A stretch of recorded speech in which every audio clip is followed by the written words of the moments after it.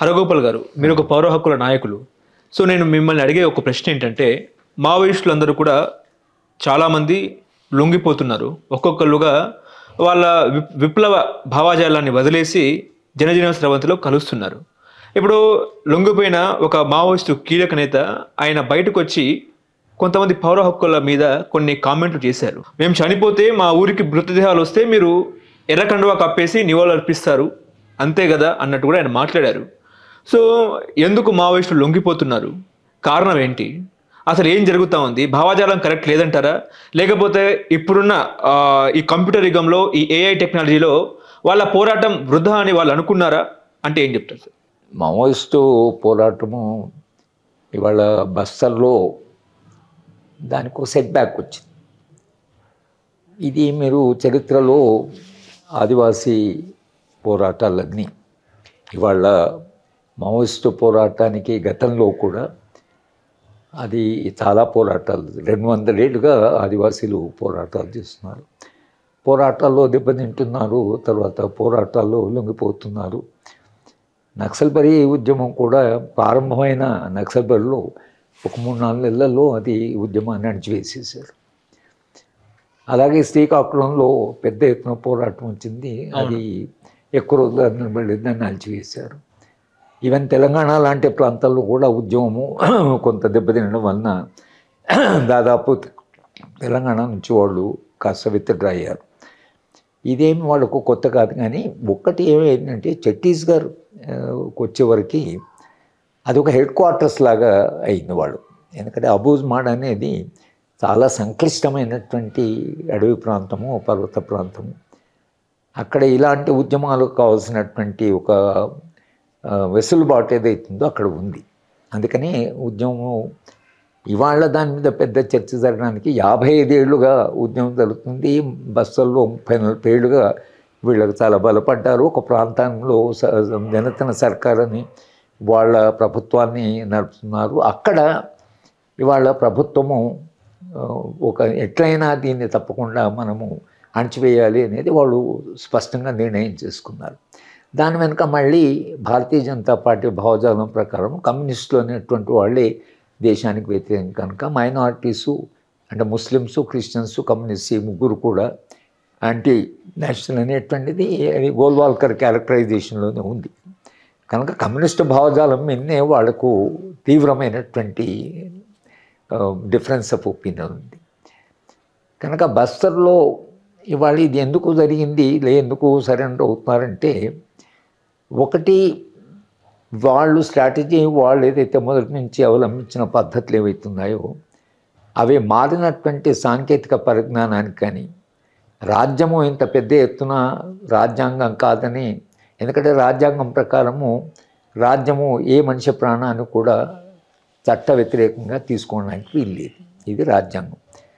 కనుక ఎన్కౌంటర్ జరిగినప్పుడల్లా దాని మీద ఎంక్వైరీస్ జరిగాయి. తర్వాత ప్రభుత్వమే ఒక్కోసారి ఎంక్వైరీ చేయించారు, ఎన్హెచ్ఆర్సీఏ వాళ్ళు ఎంక్వైరీ చేశారు. ఇవన్నీ జరుగుతూనే ఉన్నాయి చాలా కాలంగా. పౌర హక్కుల ఉద్యమం కూడా ఉద్యమం ప్రధానంగా తీసుకున్నటువంటి పొజిషన్ ఏమిటంటే ఏ మనిషి ప్రాణాన్నైనా చట్టానికి వ్యతిరేకంగా తీసుకోవడానికి వీల్లేదు, ఇది పౌర హక్కులు. ఏ దేశంలో అయినా ఏ పౌర హక్కుల వాళ్ళైనా రాజ్యము చట్ట ప్రకారము చట్టబద్ధంగానే ప్రవర్తించాలి. కానీ చట్టాన్ని కాదని ప్రవర్తిస్తే రాజ్యం దగ్గర లక్షలాది మంది ఆర్మ్డ్ పీపుల్ ఉన్నారు, ఆర్మీ ఉంది, పారామిలిటరీ ఫోర్సెస్ ఉన్నాయి, కొన్ని లక్షల మంది వాళ్ళు ఆర్మ్డ్ ఫోర్సు ప్రభుత్వం దగ్గర ఉంది. ఇంత ఆర్ముడు, ఇంత ఆయుధాలు కలిగినటువంటి ఆయుధ సంపత్తి ఉన్నటువంటి రాజ్యము ఒకవేళ రేపు రాజ్యాంగాన్ని ఒక చట్టబద్ధ పాలన కాదని ప్రవర్తించడం మొదలు పెడితే ఇంకా రాజ్యాన్ని ఎవరు నియంత్రించగలరు, రాజ్య బలప్రయోగాన్ని ఎవరు దీనికి పౌర హక్కుల సంఘాలు ఎప్పుడైనా కానీ మీరు చట్టబద్ధంగానే మనిషి ప్రాణం తీసుకోవాలి, కానీ చట్టానికి వ్యతిరేకంగా అవుట్సైడ్ ది కాన్స్టిట్యూషన్ చేయడానికి వీల్లేదు. ఏ అమెరికన్ సివిల్ రైట్స్, బ్రిటిష్ను కానీ ప్రపంచంలో ఏ పౌర హక్కుల ఉద్యమాన్ని తీసుకున్నా దాని ప్రధానం ఏంటంటే రాజ్యము తన దగ్గర ఉండే బలప్రయోగాన్ని చట్టాతీతంగా ఉపయోగించకూడదు. ఇది ఇన్ ప్రిన్సిపల్, ఇది mandate of any civil rights movement. కనుక తెలంగాణలో కానీ భారతదేశంలో కానీ ఉద్యమాలలో పౌర హక్కుల సంఘం అది వాదిస్తూ వచ్చింది. ఎక్కువ చావడం అనేది, ఎక్కువ ఇట్లా చంపడం అనేది నక్సలైట్ల మీద ఎక్కువ జరిగింది కాబట్టి దాని గురించి పౌర హక్కుల సంఘాలు నిరంతరంగా మాట్లాడుతున్నాం కాబట్టి ఇది నక్సలైట్ ఉద్యమం లేదా నక్సలైట్లకు ఇది అనుబంధ సంస్థ అనేది ప్రచారము మీడియాలో చాలా జరిగింది. సమాజంలో కొంతవరకు ఒక సమ్మతం కూడా ఏంటంటే వీళ్ళు వాళ్ళ వైపునే మాట్లాడతారు అనేది. చాలామంది అడిగే ప్రశ్న కూడా మరి పోలీసులు చనిపోతున్నారు కదా, వేరే వాళ్ళు చనిపోతే ఎందుకు మాట్లాడరు అని. అంటే పోలీసులు చనిపోవడం అంటేనేమో రాజ్యం దాని మీద ప్రతీకారం తీసుకోవచ్చు, రాజ్యం దాని మీద చేయొచ్చు. కానీ ఒక వ్యక్తి, ఒక పౌరుడు చనిపోతే పౌరుడికి ఉండే రాజ్యానికి అంటే పోలీస్ వాళ్ళకి వెనక రాజ్యం ఉంది, వెనక ఇన్స్టిట్యూషన్స్ ఉన్నాయి. కానీ సాధారణమైన మనిషి దగ్గర ఏ ఆయుధం లేనట్టు మనిషి చంపితే ఎట్లా అని ఒక ప్రశ్న వస్తుంది. వీళ్ళ దగ్గర ఆయుధాలు ఉన్నాయి కదా, వీళ్ళ దగ్గర ఆయుధాలు ఉండడం ఎందుకు తప్పు అంటే అది లాఫుల్ కాదు. మన దేశంలో మనం ఎవరం కూడా ఆయుధం కలిగి ఉండడానికి వీలు లేదు. మనకు లైసెన్స్డ్ వెపన్ తప్పించి మనకు వెపన్ ఉండడానికి వీలు లేదు. కనుక మనకు వెపన్ ఉండడానికి వీలేదు కాబట్టి మన చేతిలో ఒకవేళ వెపన్ ఉంటే అది అన్లాఫుల్ అయిపోతుంది, అది చట్ట వ్యతిరేకం అయిపోతుంది. కాబట్టి weapon can be taken, you can be arrested, me legal weapon ఉంది. రాజ్యం చేతిలో కూడా ఆయుధం ఉంది కదా, రాజ్యం చేతిలో ఆయుధం ఉన్నా కూడా ఆయుధానికి ఎందుకు అంగీకరిస్తున్నాము, ఆయుధం ఉండడం తప్పనుకుంటే దాని మీద చట్టం ఉంది. చట్టము వాళ్ళకి ఆయుధం ఇచ్చింది. ఏ చట్టం అయితే ఆయుధాన్ని ఇచ్చిందో అదే చట్టం ఏం చెప్పిందంటే నువ్వు ఎట్లా నడుచుకోవాలి, చట్ట ప్రకారం నువ్వు ఎట్లా నడుచుకోవాలని నిబంధనలు కూడా. అందుకని లా గివ్స్ పవర్. చట్టం అనేది పోలీసులకు కానీ రాజ్యానికి పవర్ని ఇస్తుంది. కానీ లా అదే సమయంలో చెప్పినట్టు ఈ పవర్ను నేను ఇష్టమొచ్చంగా ఉపయోగించడానికి వీల్లేదు, దానికి ఒక రెగ్యులేషన్ ఉంటుంది. కనుక కన్స్టెంట్స్ ఉంటాయి, పవర్ మీద చాలా రిస్ట్రెంట్స్ ఉంటాయి. నువ్వు ఇటు చేయాలి, ఇటు చేయకూడదు అని చట్టం రాసి ఉంటుంది. కనుక పోలీసుల యొక్క ఈ ఆయుధాలు ఉపయోగించడమే. కానీ ఇప్పుడు రాజ్యం స్పష్టంగా మేము దేనికి వెనకాడు మొత్తం ఉద్యమాన్ని మేము అణచివేస్తామనేది వాళ్ళు బాహటంగా ప్రకటించారు. అది రాజ్యాంగబద్ధమా చట్టబద్ధమా ఏదైనా కాకుండా రాజ్యం ప్రకటించింది. సమాజంలో కూడా ఒక సమ్మతిని మీడియా ద్వారా ప్రచారం ద్వారా మరి అవును నిజంగా ఆయుధాలు ఉన్నాయి, వాళ్ళ దగ్గర ఆయుధాలు వీళ్ళ దగ్గర ఉన్నారు, వాళ్ళ ఆయుధం ఉపయోగిస్తే రాజ్యం ఆయుధం. ఈ కామన్ సెన్స్ దగ్గర అయింది. కానీ చట్టం ఉంటుంది, రాజ్యాంగం ఉంటుంది, చట్ట ప్రకారమే నడుచుకోవాలి అనేటువంటి లీగాలిటీ ఏదైతుందో అది సమాజంలో విస్తృతంగా అభిప్రాయము కలిగించడంలో పౌర హక్కులు కానీ మొత్తంగా ఉద్యమాలు కానీ ఫెయిల్ అయ్యాయి. కనుక ఇవాళ వాళ్ళ మీద ఏది చేసుకున్నా చేస్తారు, మనం ఏం చేయడం అనేది సమాజం స్తబ్దంగా ఉండిపోయింది. సమాజం దానికి ఏమీ రెస్పాండ్ కావడం లేదు. దానికంటే మించి టెక్నాలజీలో చాలా మార్పు వచ్చింది. ముఖ్యంగా ఇజ్రాయిలీ టెక్నాలజీ ఏదైతే వచ్చిందో, ఇజ్రాయిలీ టెక్నాలజీ మనం చూసాం. ఇజ్రాయిల్ ఇప్పుడు గాజా మీద తమ టెక్నాలజీ ఎట్లా ఉపయోగిస్తున్నారు, హమాస్ మీద వాళ్ళు ఎట్లా ఉపయోగిస్తున్నారు. ఎక్కడో కూర్చొని మాట్లాడుకుంటూ సభలో ఉండే వ్యక్తిని చంపాలనుకుంటే అక్కడ ఇజ్రాయిల్ నుంచి చంపగలిగారు. కనుక ఇవాళ టెక్నాలజీ యొక్క కెపాసిటీ ఎంత పెరిగిందంటే వీళ్ళకుండే టెక్నాలజీ వీళ్ళకుండే అసలు అవి ఏమాత్రం దానికి మ్యాచింగ్ కాదు, అది ఏమాత్రం సరిపోదు. కనుక ఈ టెక్నాలజికల్ చేంజ్లు కూడా వాళ్ళు సరిగా అంచనా వేయలేదు. ఎప్పుడైతే రాజ్యము చట్టము రాజ్యాంగం కాదు, మేము ఈ ఉద్యమాన్ని మొత్తంగా అణచివేస్తామని కొత్త టెక్నాలజీ ద్వారా ఎప్పుడైతే ప్రవేశించారో ఈ ఉద్యమాలు దానికి తట్టుకోలేకపోతుంది. కనుక వాళ్ళ కళ్ళైతే పార్టీ సెక్రటరీ చనిపోయాడు. పార్టీ సెక్రటరీ చనిపోయిన పార్టీ తప్పకుండా కుదరదు. ఎందుకంటే పార్టీ సెక్రటరీకి చాలా విపరీతమైనటువంటి రక్షణ ఉంటుంది, రక్షణ వలయాలు ఉంటాయి. కానీ ఆ రక్షణ కాదని కూడా ఆయన చనిపోయాడంటే పార్టీ దాని ప్రభావం చాలా ఉంది. అంటే వాళ్ళు సెక్రటరీనే చంపగలిగారంటే అయినప్పుడు వాళ్ళకు మిగిలిన ఒక ఆప్షన్ ఏమిటంటే అసలు బతికుండి మనం ఇంకేమైనా పోరాటం ఇంకేదైనా పద్ధతి చేయాలన్నా లేక చనిపోవాలి. రెండే ఆప్షన్స్ ఉన్నాయి, డూ ఆర్ డై అన్నట్టు. దీనివల్ల కొంత తప్పకుండా భావజాలం ఎంత బలమైందైనా వాళ్ళు ఇవాళ ఈ భావజాలం వస్తలేదా మనకుండా ఆయుధ సంపత్తో ఇవాళ రాజ్యాన్ని ఎదుర్కోవడం సాధ్యం కాదు. ఇది సాధ్యం కానప్పుడు మీరు చనిపోవడం అనేది అవుతుందో దానికంటే బతికుంటే మళ్ళీ అయినా మనం చేయొచ్చు అనేది. మొన్న ఇతరు సరెండర్ అయిన తెలంగాణలో సరెండర్ అయిన వాళ్ళు ఒకటి మేము భావజాలం వదులుకోవడం లేదు, మా భావజాలం అది, మేము సమాజంలో వెళ్ళి మా భావజాలం ప్రకారం మేము పనిచేస్తాం అని కూడా ఒక స్టాండ్ ఉంది. ఇంకా పోరాటం చేస్తామనే వాళ్ళు కొందరు ఉన్నారు. లొంగిపోతున్న వాళ్ళు కొంతమంది ఉన్నారు. లొంగిపోతున్న వాళ్ళు కూడా చేయగలిగింది ఏం లేదు కాబట్టి కొంత భావజాలంలో సరిపోదు, లేదా మా స్ట్రాటజీ సరిపోలేదు, మా వ్యూహం సరిపోలేదు అని అంటున్నారు.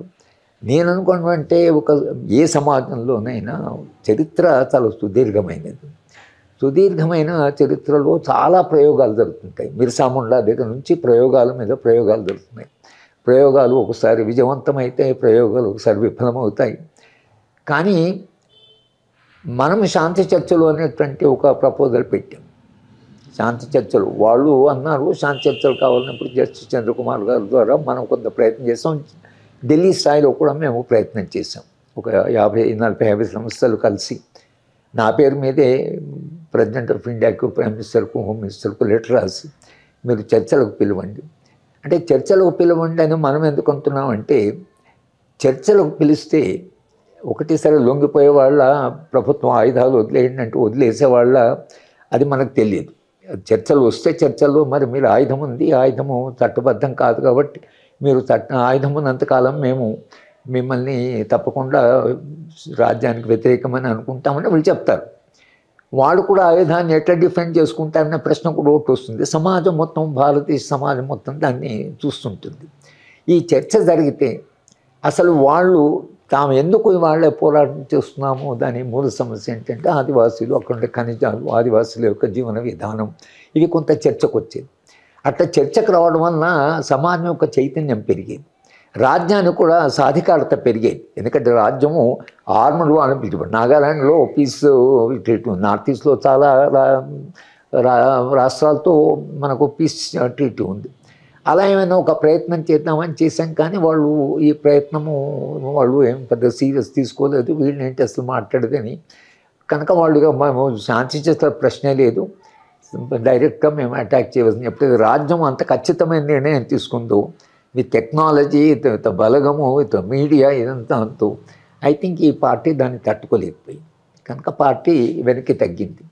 కానీ ఏ సమస్యలు అయితే ఈ పార్టీలు లాంటి పార్టీలు పుట్టడానికి కారణమైనయో, ఆ సమస్యలు తప్పకుండా రేపో ఎప్పుడో ఏదో ఒక రూపంలో, ఇప్పుడు ఫార్మర్స్ ఉన్నారనుకోండి, రైతుల సమస్యకు ఆయుధాలు పట్టుకోకపోవచ్చు, కానీ వాళ్ళు కొంత వేలాది సంఖ్యలో వచ్చేసి ఇంత బలమైన రాజ్యాన్ని కూడా వాళ్ళు తమ ఉద్యమాల ద్వారా ఆ చట్టాన్ని వెనక్కి తీసుకునేలాగా చేయగలిగారు.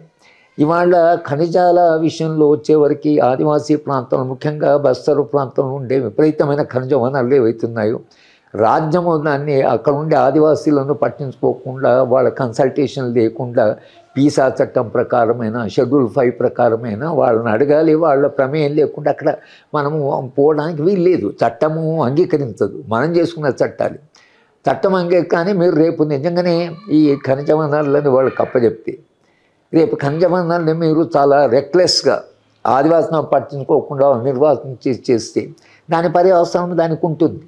కనుక పోనీ ఇప్పుడు వాళ్ళ ఈ ఉద్యమం అణచివేయబడ్డా రేపు ఆదివాసీలు మనం చేయవలకున్న అభివృద్ధిలో వాళ్ళు భాగం అవుతారా? అక్కడ ఖనిజ వనరులను తోకుండడానికి ఆదివాసీలకు దాంట్లో ఏమైనా ప్రమేయం ఉంటుందా? ఇది చర్చకు వచ్చేది. ఒకవేళ శాంతి చర్చలు జరిగితే ఇది చర్చకు వచ్చేది. ఆదివాసులకు ఏం ప్రయోజనం దీనివల్ల, ఆదివాసులకు మీరు ఏం గ్యారంటీస్ ఇస్తారు, రేపు ఆదివాసుల యొక్క భవిష్యత్తు ఏమిటి అనేటువంటి ఒకవేళ చర్చకు వస్తే, ఆ చర్చ మరింత ఫలవంతంగా ఒకవేళ నిజంగానే అట్లా వీళ్ళు ఆయుధాలు వదిలిపెడితే అది మోర్ సివిలైజ్డ్గా ఉండేది. కానీ ప్రభుత్వము ఆ దారిని కంప్లీట్గా మూసేసి తప్పకుండా చేస్తామన్నప్పుడు ఇవాళ పార్టీలో భిన్నమైన అభిప్రాయాలు వచ్చాయి. ఈ భిన్నమైన అభిప్రాయాలు నార్మల్ కండిషన్లో అయితే మొత్తం పార్టీ కలవగలిగినటువంటి పరిస్థితి ఉంటే, ఎందుకంటే పార్టీ కలవలేకపోయింది, అందుకని ఒక 4 రోజులు టైం ఇవ్వండి, మేము పార్టీ కూర్చొని మాట్లాడుకొని ప్రభుత్వం అంటున్న దాన్ని మేము స్పందిస్తామని వాళ్ళు అడిగారు. కానీ ఒక్క నెల కాదు, వాళ్ళు ఒక్కరోజు కూడా ఇవ్వడానికి వాళ్ళు సిద్ధంగా లేరు. పార్టీ ఒకవేళ కలవగలిగిన పరిస్థితి ఉంటే ఈ ఆయుధాలు ఇవ్వడం అనేది అవుతుందో, బహుశా పార్టీ ఒకవేళ నిర్ణయం తీసుకుంటే ఇంత గందరగోళం ఉండేది కాదు. లొంగిపోయిన వాళ్ళు, లొంగిపోయిన వాళ్ళు భిన్నమైన అభిప్రాయాలు, ఇది కాకుండా మొత్తం పార్టీగానే ఒకవేళ వాళ్ళు మేము బయటకు వచ్చేస్తాం, మేము శాంతియుత పద్ధతి ద్వారా పోరాటం చేస్తాం అని ఒకవేళ వాళ్ళు తీసుకుని వాళ్ళు పొలిటికల్ పార్టీగానే వచ్చేసుకుంటే ఆ పద్ధతి వేరే ఉండేది. కానీ ఏ దానికి వెసులుబాటు అవకాశం లేదు. కనుక వాళ్ళల్లోనే తేడాలు వచ్చాయి. ఆయుధం ఇవ్వాలా, ఆయుధం ఇవ్వకూడదా, కనుక ఆయుధాలు ఇస్తున్నప్పుడు సమాజానికి ఏమని చెప్పాలి కదా, ఆయుధాలు అంటే కొంత భావజాల పరంగా కూడా మేము మళ్ళీ పునరాలోచిస్తున్నామని, కొంత భావజాలం తప్పులు చేశామని, వాళ్ళది కూడా మేము చాలా తప్పులు చేశాము, కొన్ని పొరపాట్లు చేశామని కూడా వాళ్ళు అంటున్నారు. కనుక ఇప్పటి వరకు అయితే ఆ ఉద్యమము వరకు రాజ్యము చాలా సఫలమైంది, రాజ్యము చాలా అంటే ఒక విజయమే సాధించినట్టుగా ఉంది. కానీ ప్రజల భవిష్యత్తు ఏమిటి, ఖనిజాల భవిష్యత్తు ఏమిటి, ఆదివాసుల భవిష్యత్తు అనే సమస్యలు అయితే అలాగే ఉండిపోతాయి. ఆ సమస్యలకు పరిష్కార మార్గాలు ఏమైనా ఉంటాయా లేదంటే పౌర హక్కుల సంఘం ఏం చేస్తుందంటే, ఎవరేమన్నా పౌర హక్కుల సంఘం గురించి, పౌర హక్కుల సంఘము తమ యొక్క సెల్ఫ్ ఇంట్రెస్ట్ కొరకు కానీ తమ స్వప్రయోజనం కొరకు పోరాడము. 6 మంది ప్రాణాలు బాలగోపాల్ గారిని అయితే కొట్టారు, ఆయనను జైలు పడేశారు, ఎన్నో హెరాస్ చేశారు. ఆయన పౌర హక్కుల సంఘానికి సెక్రటరీ ఉన్నాడు. అవి చేస్తున్నాం. ఎందుకు చేస్తున్నారు? మేము పౌర హక్కుల నుంచి రాజ్యాంగంలో ఉండే హక్కులు కాపాడడానికి మాట్లాడుతున్నాం కదా అంటే అది కూడా మాట్లాడడానికి అవకాశం లేదనే దాకా పోతున్నారు. కానీ పౌర హక్కుల సంఘాలు అన్ని దేశాల్లో వాళ్ళు తప్పకుండా ఒక ప్రజాస్వామ్య వాతావరణాన్ని కాపాడడానికి చేస్తారు. ఇవాళ ఉద్యమం నుంచి బయట వస్తున్న వాళ్ళు ఏంటంటే వీళ్ళు ఈ పౌర హక్కుల సంఘాలు కూడా కొంచెం ఎక్కువ మాట్లాడి అసలు రావడానికి వీలు లేదు అన్నటువంటిది అట్లా మనము మాట్లాడితే ఏమవుతుందంటే, బయటకు వస్తున్న వాళ్ళు మీరేం చేస్తారో, మీరు బయట కూర్చొని ఎత్తుకో పేపర్లు చేసి మీరు మీడియాలో పెట్టి చేసినంత మాత్రాన మీకు ఈ మారల్ అథారిటీ, ఈ నైతికమైన ఇది మీకుందా? మమ్మల్ని విమర్శించే అటువంటి మేము పూర్తిగా పోరాటం పోయి 40 ఏళ్ళు అంతా వదులుకొని జీవితం అంతా పోరాటం చేస్తే మీరు ఇవాళ ఇది తప్పు ఇది రైట్ అని పౌర హక్కుల సంఘం నిజానికి ఎప్పుడు అది ఏది వాళ్ళ భావజాలం మార్పునే దాని మీద సాధ్యమైనంత వరకు మనము అవాయిడ్ ది కామెంట్, వాళ్ళ మీద కామెంట్ చేసేటువంటి ఇది మనము. కానీ మా హక్కుల సంఘాల్లో ఎక్కడో ఒక చోట ఈ అభిప్రాయం కూడా వచ్చింది అని మనము మరి ఏంటి ప్రజలను వదిలిపెట్టి వస్తున్నారు అనేటువంటి. కానీ బహుశా అంత దూరం పౌర హక్కుల సంఘం పోవాల్సిన, పౌర హక్కుల సంఘం వాళ్ళు లొంగిపోతే అది వాళ్ళ ఇష్టం, వాళ్ళు ఉద్యమాన్ని కొనసాగిస్తుందంటే అది వాళ్ళు మన ఇష్టాలతో వాళ్ళకు సంబంధం లేదు.